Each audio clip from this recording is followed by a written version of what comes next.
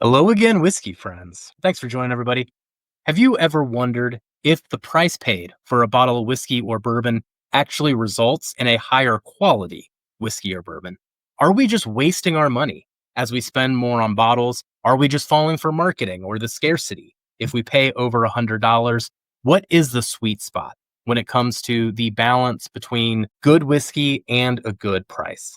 Well, we can answer that question here at Hello Again, Whiskey Friends. Throughout the year, we do hundreds of reviews and we log all that data meticulously behind the scenes here, which then allows us to analyze that data and to bring insights like what we're going to do here today. So, with today's video, we are going to be analyzing different price tiers from $30 or less, $31 to $50, $51 to $75, et cetera, et cetera. And what you can see here are the number of bottles that we've reviewed over the last couple of years that fit that price range. So 13 in the 30 or less, 27 in the 31 to 50, then it steps up, 74 in the 51 to 75, 75 in the 76 to 100. And then it tears off again. So you get this little nice U shape, but it also gives us a whole lot of data and we can keep exploring this as the years go on and we get more data here on the channel. So we're going to start with this first price tier at the 30 or less and the average score, which what we do with the channel here is score these on a scale of 0 to 100. 70 is typically a good score, just a nice daily pour. As you get into the 80s, you're starting to get into some very good pours. 85 seems to be where you start getting into special pours, and anything scoring a 90 is a unicorn. So the 30 or less, the average score there was a 72 out of 100. So you can see here we are starting out relatively low. An average score at each of our categories is essentially a 7. So these are bottles that get 7s across the board. They are just average good whiskeys. The one that I would recommend on this category is going to be the Jack Daniel's Bonded Rye. If you haven't tried that yet, that thing is like banana pudding in a glass. It is so delicious. Going up to the next tier, $31 to $50. Here, the average score is a 77 out of 100. So what you can see right away is that when you spend a little more than 30, you do get a little extra bang for your buck and you get a higher quality bourbon. So if you are buying things, let's say in the $20 to $25 range, maybe it's worth stepping up to the $35 to $40 range. It does typically pay off with a better quality whiskey. A lot of the times too, you get something that is a little higher proof and thus has a little more flavor behind it. Now, I know for some people that might actually be a negative thing. So you got to pick your punches on what you're into. The one that I would recommend in this class is going to be the Green River Foolproof Bourbon.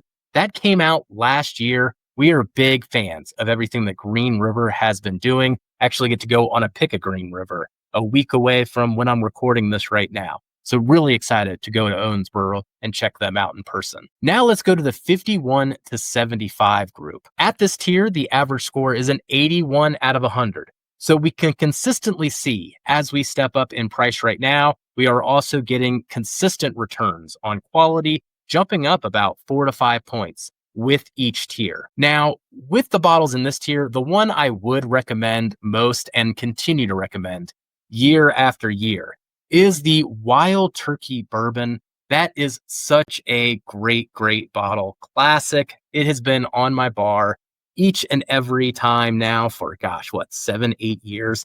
Never can get enough of Rare Breed. I've had people even gift me Rare Breeds, and I might have a couple hundred bottles here in the basement. Always love getting a new bottle of Rare Breed. Tuck that one away.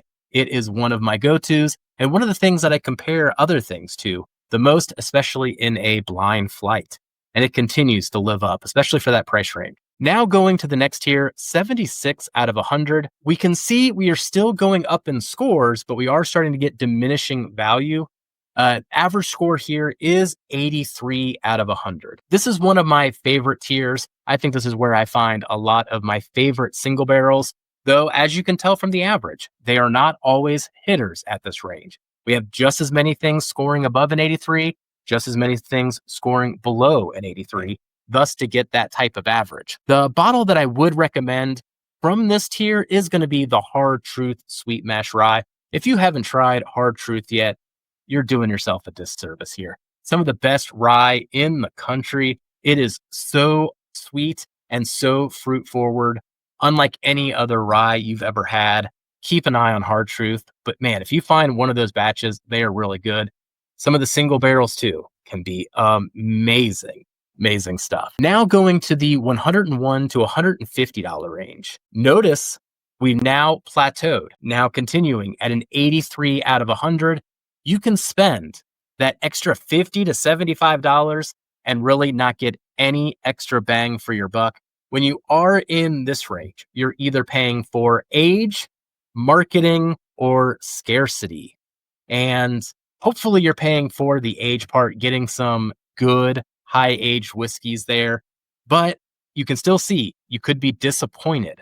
If you bought a bottle in that range, you might still get something that we would score in the 70s. So be careful there. And the one that we would recommend from this tier is going to be one of our more recent favorites here on the channel, K. Luke Blended Bourbon. So if you've never had K. Luke before, I've actually got a bottle here right behind me if you're curious about the label. But some amazing whiskeys. Loved batch 4, batch 8, batch 10 of the batches I've got to try. The other one that would fit in this price tier that is amazing, especially if you like finished bourbons, is the Keenan Reserve, which was finished in Cabernet casks. Oh, that one is a special, special bottle, especially if you like a good wine finish. Now I'm moving on to the $151 to $200 range. We do get a little bit of a jump here, 86 out of 100. So we are getting a little extra bang for our buck. Though I do wonder if I am biasing this data a little bit by being more discerning with my purchasing habits, especially at this range. If I'm spending this much on a bottle of bourbon, man, that would be painful to have a miss. So I don't swing at those very often. And if I do, I'm going to be pretty darn confident in it. Getting burned at that range is definitely a tough pill to swallow. So I do recommend anything in that range, please go and check out reviews, either on this channel or somewhere online or all the other YouTube channels. Get some extra opinions because that's a lot of money to lay down on a bottle of bourbon. The one that I would recommend, but I'm going to put an asterisk by it, is going to be the Bardstown Bourbon Company Discovery Series. The 11 and 12 that have come out recently have been really, really good batches, though there was a time where I was being let down consistently by the Bardstown Discovery batches. It does seem like they've found a groove once again, but put an asterisk on it, at least for now. The Bardstown 11, Bardstown 12, if you find them, are very special bourbons, and I see them on the shelves around me all the time. So be on the lookout for those, and I'm looking forward to seeing what Bardstown can do with Discovery number 11. Now moving up to our final class at $200 or more. So this better be a special pour. I mean, this is going to be a celebration whiskey, a birthday whiskey, an anniversary whiskey, maybe something that you might bring on someone's wedding day to pop open and just have a special memory around it. You really need to be confident in anything that you're getting there. And unfortunately, once again, scores plateau. So if you're spending 150, 160, 170 on average, and you step it up to 200, 250, 300, you may not be getting a better quality whiskey there. It does plateau yet again. Just keep in mind, if you go that high on a bottle of whiskey, you really are paying for the marketing and paying for the scarcity, maybe paying for some age, but just make sure you pick your punches wisely there and you buy something that is worth a celebration pour, as I described it earlier. And that shows you then the full picture. The one that I would recommend when it comes to the $200 or higher would be the 4-Gate Kelvin collaboration series. Been buying that since 2019, and that bottle has really never let me down. Love that series, love everything they do there at 4-Gate, and this will be one that I continue to buy year after year, just because to me that is like BTAC level bourbon, and it is always delicious. So taking in this full picture here, you can see that as you spend more money on a bottle of whiskey, you can get a better quality whiskey out of it.